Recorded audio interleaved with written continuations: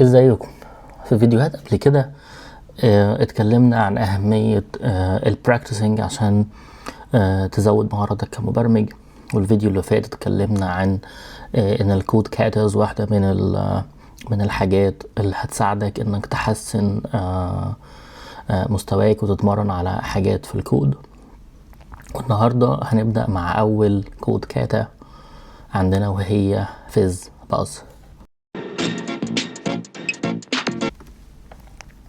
الهدف من الفيديو بتاعي النهاردة ان احنا نعمل 3 حاجات. اول حاجة للناس اللي ما تعرفش تيست دريفن ديفلوبمنت، نوريهم السايكل بتاعة الريد جرين ريفاكتور لو هم اول مرة يشوفوها. الحاجة التانية ان احنا نتعود نكتب اقل كود ممكن علشان اباس التست اللي انا كتبته. الحاجة التالتة ان احنا نطور المايند سيت بتاعت ان انا بكتب التست الاول، تيست فيرست ديفلوبمنت او تيست دريفن ديفلوبمنت. خلينا نبدأ بوصف المشكلة او البروبلم اللي احنا هنتمرن عليها النهاردة.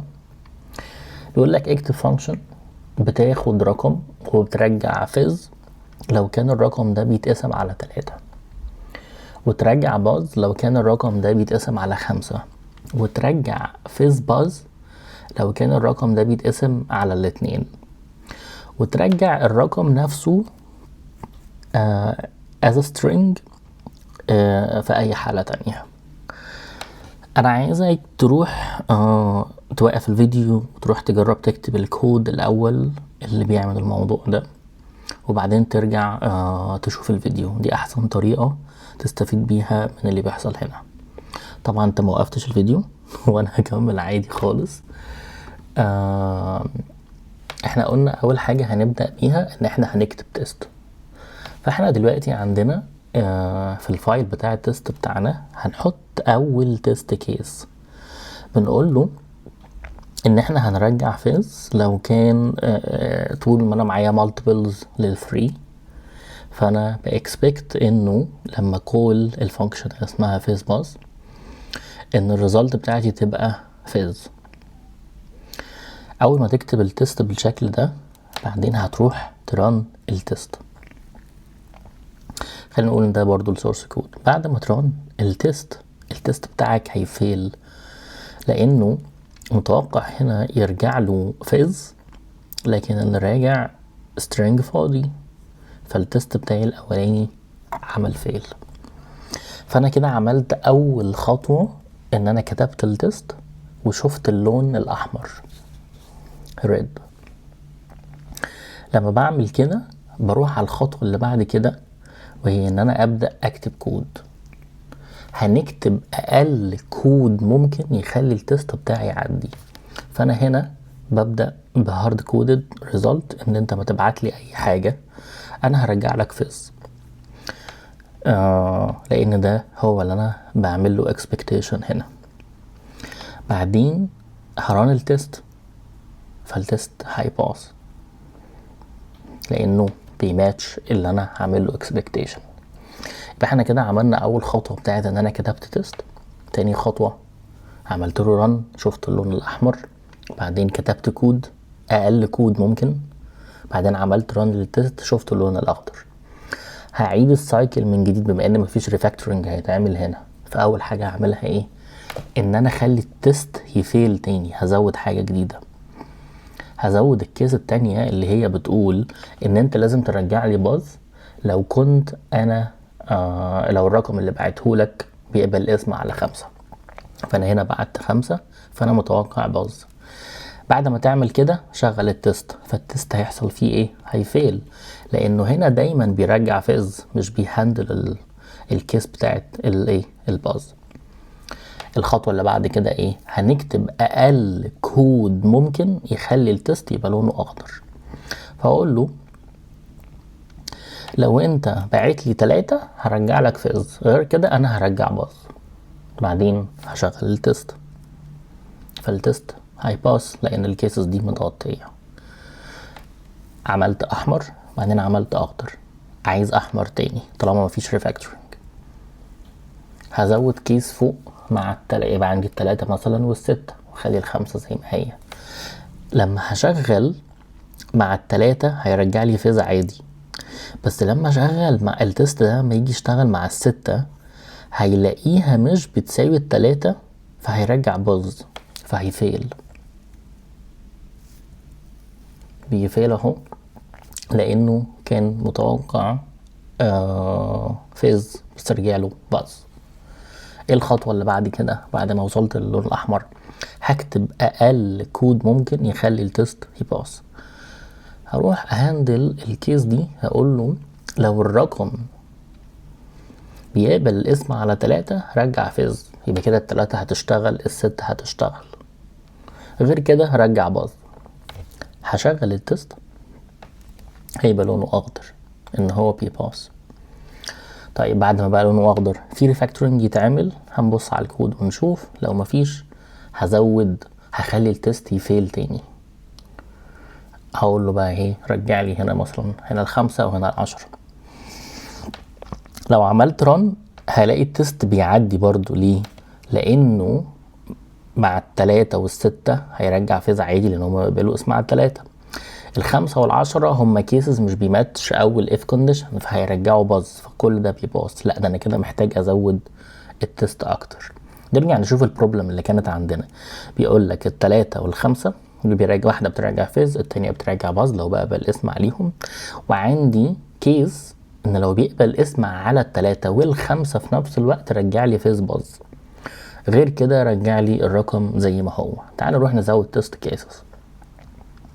دول التست كيس اللي كانت عندنا الاول اللي هي بتاعه اللي بيقبل الاسم على ال3، التاني لما بيقبل الاسم على ال5. هنزود بقى تيست كيسز لما بيكون بيقبل الاسم على ال3 وال5 في نفس الوقت. هقول له هنا لازم يرجع لي فيز باظ لو هو بيقبل الاسم على الاتنين، يعني ال15 مثلا بتقبل على ال3 وعلى ال5، 30 نفس الحكايه فرجع لي فيز باظ. هتشغل التست على السورس كود اللي مكتوب عندنا هنا ده فلازم يفيل. ليه؟ لان الكيس بتاعت ال3 وال6 هترجع فيز، الكيس بتاعت ال5 وال10 هترجع باظ. فانا هنا هفكر ايه اصغر كود اكتبه يخلي التست يعدي. هروح هكتب اول حاجه هقول له لو انا لو الرقم ده بيقبل الاسم على ال3 وبيقبل الاسم على ال5 في نفس الوقت رجع لي فيز باظ، ولو بيقبل الاسم على ال3 رجع لي فيز، غير كده رجع باظ. يبقى كده كل الكيسز دي هتعدي. بقى لونه اخضر. بعد ما يبقى لونه اخضر عايز اخليه يا اما هعمل ريفاكتورنج يا اما اخليه لونه احمر تاني. فانا هخليه لونه احمر تاني ازاي؟ ان انا هزود تيست كيس جديده اللي هي بتقول له ايه، انه لازم يرجع لي الرقم زي ما هو لو هو مش بيقبل الاسم على ال3 او ال5. هبعت لك مثلا ال1 ال2 ال4 هيرجعوا زي ما هما بس كسترينج مش نمبر. لما نران التست طبعا هيفيل، ونشوف بقى ايه اصغر كود ممكن نكتبه عشان نحل المشكله دي. ده الكود اللي احنا كتبناه من شويه. لو ال3 وال5 في نفس الوقت رجع فيز باظ. هنكرر الاعناء لو نشوف بقى بيقبل الاسم على ال3 هنرجع فيز. وده التغيير اللي عملناه في الاخر، ان لو بيقبل الاسم على ال5 رجع باظ، وغير كده حول لي الرقم ده لسترينج. هنران التست هيباس، يبقى شوفنا احمر اخضر. احنا لحد دلوقتي في السايكل دي كنا بس عايزين نقول ان تكتب تيست الاول وبعدين تخلي الكود يباص، لكن لسه ما شفناش اي مثال خالص على ريفاكتورنج. لكن الطبيعي وانت شغال دايما تسأل السؤال ده، احمر اخضر ريفاكتورنج. لو مفيش ريفاكتورنج بتكمل تاني على المرحلة اللي بعد كده. خلينا نجرب نعمل ريفاكتورنج بسيط. ان احنا مثلا بدل ما بنقول num to string بالشكل ده، لا احنا هنعملها بالشكل ده اللي هي التمبلت، اللي هي التمبلت اوبريتور. انا هنا مش بقول ان ده احسن من ده، انا بس عايز اوريك ان انت لما بتعمل ريفاكتورنج وانت عندك تيست كيسز هتران التيست في النهاية هتلاقيه بيباس. فتبقى متاكد ان التغيير اللي انت عملته ده سليم. الحاجات التانية بتاعت انت عاوز تشوف البرفورمانس، عايز تشوف البيست براكتس بتاع التيم بتاعك او الكونفنشنز اللي عندك في التيم وهكذا، ده موضوع تاني.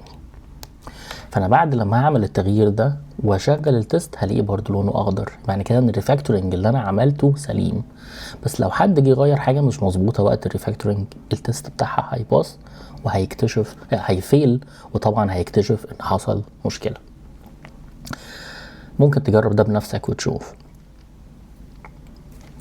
ده شكل الميثود في وضعها الحالي، وبتعدي كل التست كيسز اللي احنا حطيناها. في ريفاكتورنج ممكن يتعمل قبل كده ولا لا؟ ده سؤال انا هسيبه لك، ممكن تكتبه في التعليقات هنا، او هتلاقيني سايب لك تحت الفيديو لينك لدiscussion على جيت هاب تحط فيها الكود بتاعك واللي انت شايف ازاي ممكن نحسن الكود اللي مكتوب دلوقتي لو انت عايز تعمل ريفاكتورنج اكتر، او لو انت شايف ان في كورنر كيسز احنا ما خدناش بالنا منها في السورس كود بتاعنا ولا تيست، فتزود لها تيست وتكتب التيست كيسز دي. انا اتمنى انك تشارك في الدسكشن دي على جيت هاب وتحط الكود بتاعك ونبدا نتناقش فيها مع بعض. متنساش تعمل لايك وتشير الفيديو ده مع حد عايزه يتمرن معاك، وهستنى اشوف الكود بتاعك اللي هتحطه في الدسكشن على جيت هاب. مع السلامه.